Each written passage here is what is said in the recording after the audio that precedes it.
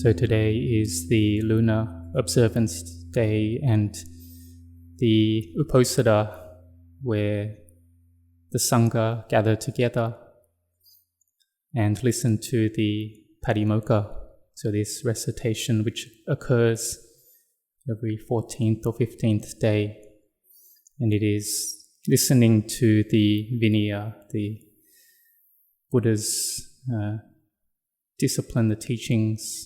So we have the suttas, the Abhidhamma and the vinaya. And the vinaya, it is something that must be kept in order to take the Sangha, the one who's ordained, to go beyond. And it takes one beyond their usual habits or what they were before they came to ordain. And so here we can see that there's monastics from many countries that have come together here, and we all come to stay within this discipline, the vinaya. And so there's only just one vinaya. It's not a different vinaya for each of the countries that one comes from. And so it's like a floral arrangement that is put together from many flowers, and they put it together in one vase, and it becomes very beautiful when one can keep this vinaya.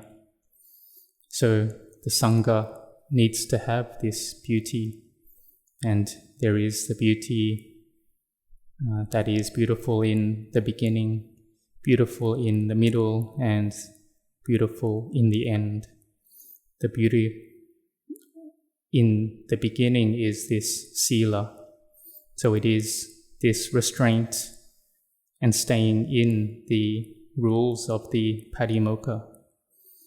And there is this intention as well that one takes care of the Patimokkha, the rules, and one tries to not break these rules, the vinaya. So one maintains it like this mountain goat that maintains its wool to take care of it from being damaged by any water or other things on the mountain. This is one who can maintain their sila, and this sila is a wealth of ours. For monastics who come, they only have the 8 basic requisites, and they have this sila as their virtue, as their inner wealth. All this exterior wealth of the Buddha's dispensation are the buildings that the faithful laity have come to offer, and they build the Uposatha hall, the vihara, the monastery, the monastic buildings, and this comes from their faith. And then there is the people of the sasana, those who practice it. There's the laity that help to offer the 4 requisites to the monastics.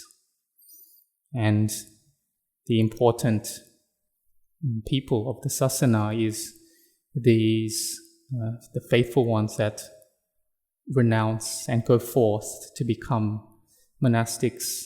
And this extends the Buddha's dispensation until one's able to practice, to know and see the truth, until they're able to see the true Dhamma of the sasana that the Buddha taught.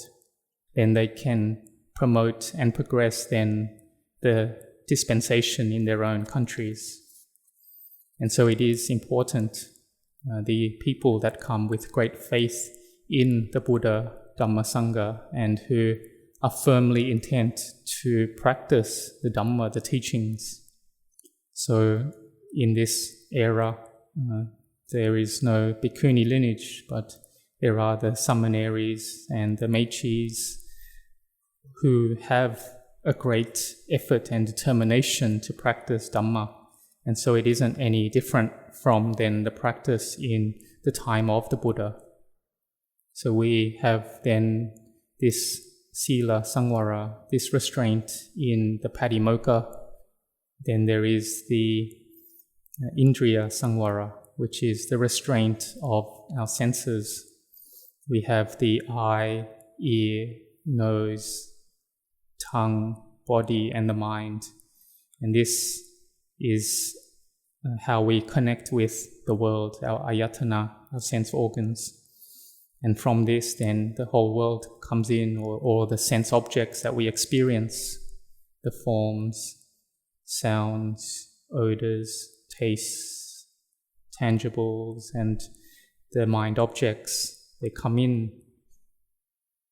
And this is where we really need to take care and be careful.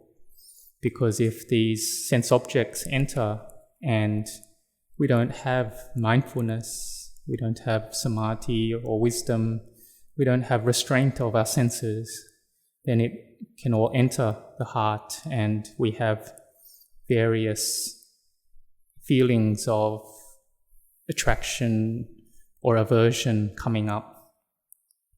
Now this is, if someone isn't practicing the Dhamma, then they will just have all sorts of attraction and aversion, liking and disliking arise constantly.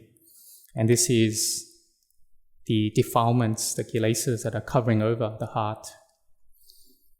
But as monastics, you want to be free of the cycle of birth and death, of vata samsara.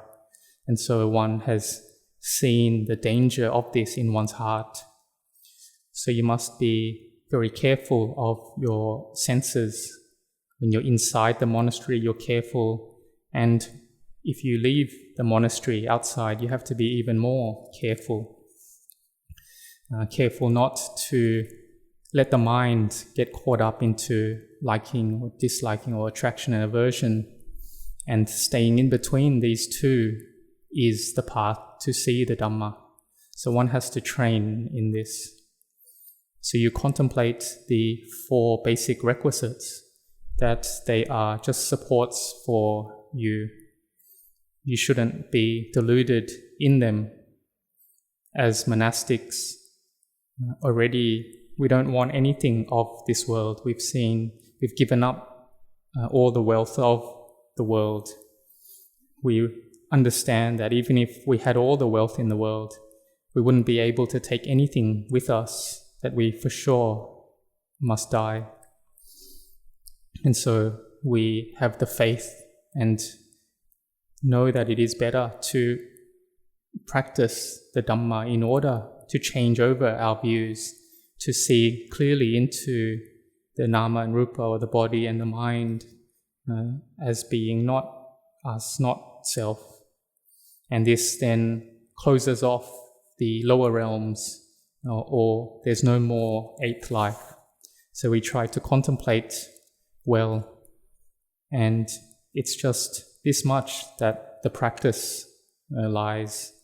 The restraint of our sense organs, restraint in the Patimokkha. When we eat with moderation, we sleep just the right amount, and we practice with effort, putting forth effort. So may you all be determined in this.